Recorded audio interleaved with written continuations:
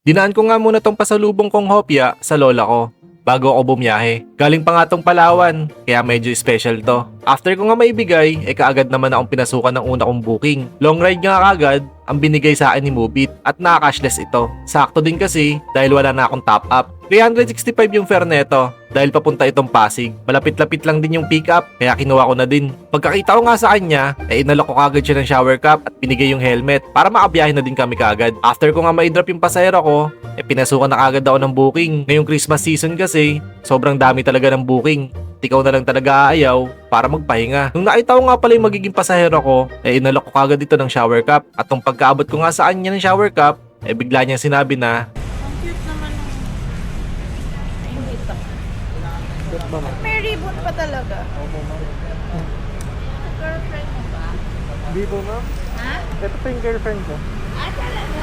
sinabi ko nga dito na siya yung girlfriend ko. I mean, yung motor ko. Dahil siya lagi yung kasama ko sa hirap at ginhawa. Charot! Inalok nga niya ako dito ng pagkain. Kaya sinabi ko na lang, natira na lang niya ako. Inabot na nga din kami ng traffic. O sadyang traffic lang talaga dito sa lugar na to. Di kalaunan, kahit traffic, ay nakadating din kami sa drop-off. Kaya nung pagkaabot ng bayad sa akin ni ma'am, di ko akalain, nabibigyan niya ako neto. I'll give you one by one. Sabi mo tirang kita. May natira naman ako. Wait, meron po. Ingat. Video ba? Yan, tingnan po. Pag naging mabait ka nga naman sa pasahero mo, hindi yan magdadalawang isip na bigyan ka ng tip. Bilang pasasalamat dahil sa good service na binigay natin sa kanila. Kaya sa mga kapwa o rider dyan, maging good boy din kayo. Tulad ko. Charot!